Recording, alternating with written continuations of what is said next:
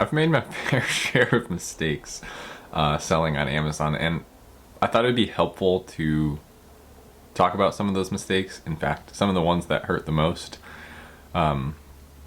just to show you that this is bound to happen. Don't be afraid to start just because you might fail. In fact, you probably will, but if you keep going, you will likely succeed. Because you just start applying those lessons over and over and over again. So, now I'm only selling one product, and come on, son of a gun. That product's doing 36.42K in the last 30 days, just did 2K in sales yesterday, and growing. 17, 18 private label products before this one, and they did not all go this smooth. This is the accumulation of all of these different failures, little wins, little lessons that I took away that went into this one. But let me tell you about the time that I lost $5,000 because of copyright infringement on Amazon. This one sucks because it's like I didn't even. Let's just get into the story. So I'm doing product research. I think at this time I'm using Jungle Scout and not Helium 10. I find this product. It's called the Avocado Pillow. Sounds pretty stupid, right? It kind of was, but so this is a brand that I now know of very well called Squishables, and they're selling this avocado pillow. They're doing like $30,000 per month. Now, being like an ignorant 19-year-old, I didn't really understand the idea of copyright infringement. I was just like, oh, like if I could source a product that's slightly different from that, I can sell it, right? There's no problem there. So I do exactly that. I go to Alibaba. I think it might have even been AliExpress. I think it was actually. It was AliExpress. And I order like 500 of these things. I'm just like, no one else is selling these. It's gonna be perfect. I'll be the only other listing, and I'm gonna do great. And now here's the saddest part about this story is that I order these products. I do my sample, send them in. I do not even get to sell one before I am told I cannot sell these products due to copyright infringement. I get a letter via Amazon, a copyright infringement claim from Squishables. I don't even know how they sent it out this fast. I think I still had inactive inventory. Like, not inactive, it just went active, but I did not sell for a day.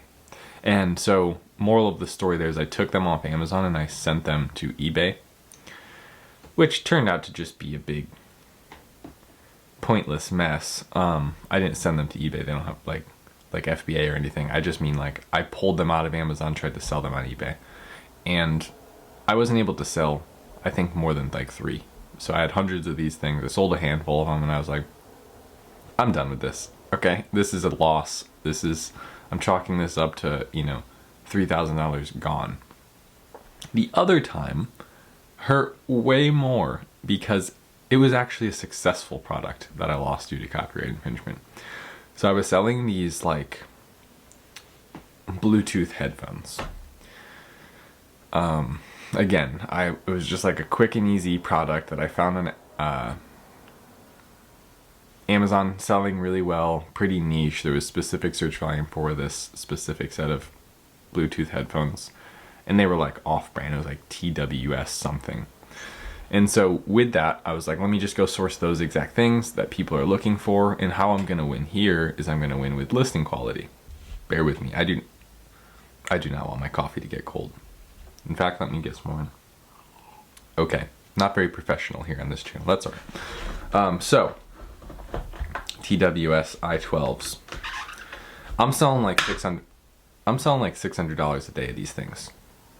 And from the get-go with no PPC. Like, this is one of the better stories of a private label product. Just like, boom. Like, I launched it, and within I turned on PPC because I did my normal launch strategy. I launched the product, turn on like 20 campaigns. Within a handful of days, like I think the second day I sold 11. Like 2 of the sales were from PPC, so I was like, okay. Third day I sell like 15. 3 or 4 of the sales are from PPC. I'm like, and the PPC wasn't even profitable for whatever reason. I was like, okay, this math is not math, and I'm turning PPC off. I'm selling plenty of these things organically, and it's all profit margin. that way. I have no, marketing costs. So I'm like on cloud nine for about 3 weeks. I'm selling $1,000 a day, $500 a day of these headphones at $24.99. They cost me all in like $4. Like I'm making 65% margins on $600 to $1,000 a day of sales. I'm telling people about it. I'm like, this is crazy. I'm not spending money on ads.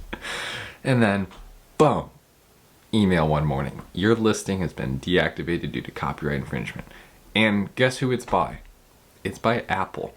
And now, in retrospect, I turn off the listing, I sell some on eBay, I get rid of the rest of the inventory. Same old story as before. I don't even think the copyright infringement was for the product design.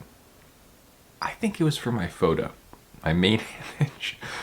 And I'm kind of pissed at myself for that, because I probably could have milked another couple months out of that listing, maybe even a year plus out of the listing. I was starting to get some bad reviews because they're cheap $4 headphones, but the sales were still coming in.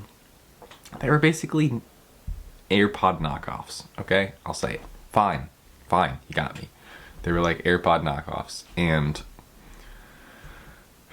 God, I love this game. It's really funny to think about some of this stuff. I haven't thought about this in a while, but I woke up this morning, not that long ago. That's why I like kind of voice is all deep and I'm like squinty. Or is there other reasons for that? No, I'm just kidding. But yeah, the copyright infringement stuff, yeah. Gotta look into that. The safe thing is, like, if you're selling an imitation of a product that's very well known, don't do that. Same thing with like parts for other companies' products. Don't do that. I would just stick to new solutions for existing problems. And that's what I did here. So quick pivot into how I went from doing a lot of stuff like that. Those were just 2 of the stories. I have 17 of these stories. To this product. Because technically I stopped selling all of those products. So at some point there was like a last sale that was made for those and a decision to cut them off. Why was that?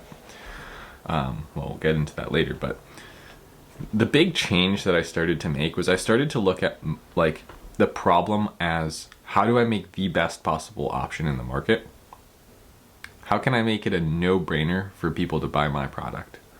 So I really did just start to think of it in that way. Like, our tagline on Instagram was the world's best blank.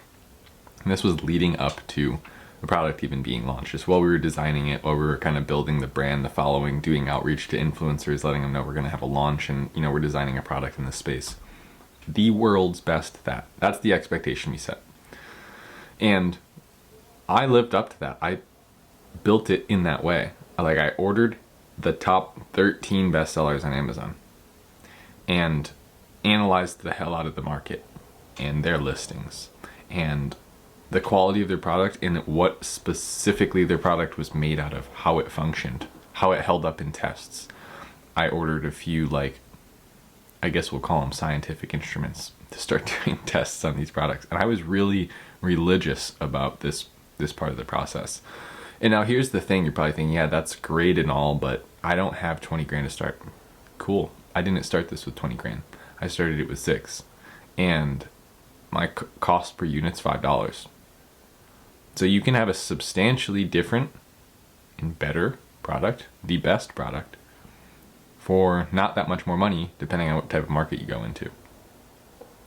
All it really requires is adequate understanding of who your customer is, what they want, and through value innovation, which is a principle that is taught in this book called, Blue Ocean Strategy, you can actually increase the value of your product and decrease the cost of it at the same time. So you can have something that costs you less than your competition. It's better than them. And that's the final piece of the puzzle, is we actually stop saying better than them, because we stop making competitor-based products altogether and we switch and we go, I'm going to sell to an uncontested market space, solve their problem, with my product, my competitors don't have a great solution for. There's always going to be a little bit of crossover, and that's how you're finding existing demand on Amazon anyway. But that was it. It wasn't some big fancy thing. Anyone can do it. I have a high school diploma and no college education, school of hard knocks, if you will. I just started making a very small amount of money from part-time jobs, and I kept investing it into Amazon FBA. Like, truly, I just aligned all of my effort into Amazon FBA. I've never really tried anything else. Like, I have investments in things, but those are like retirement investment. Like, that's not making me money right now. So that's it. I mean, that is it. I'm just action in one thing for 5 years, and it's got me here, and I'm pretty stoked about that.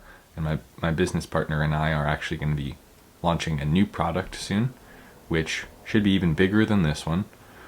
So there's a lot of things to be excited about now. So I can laugh about the losing $3,000, losing $2,000, losing $5,000, because it's like, it's a drop in the bucket of water, and I'll never sell crap like that again. So there you go. There's story time. I'm going to finish up my coffee. Cheers, everyone. Be sure to subscribe down below, and I'll see you in the next video. Later.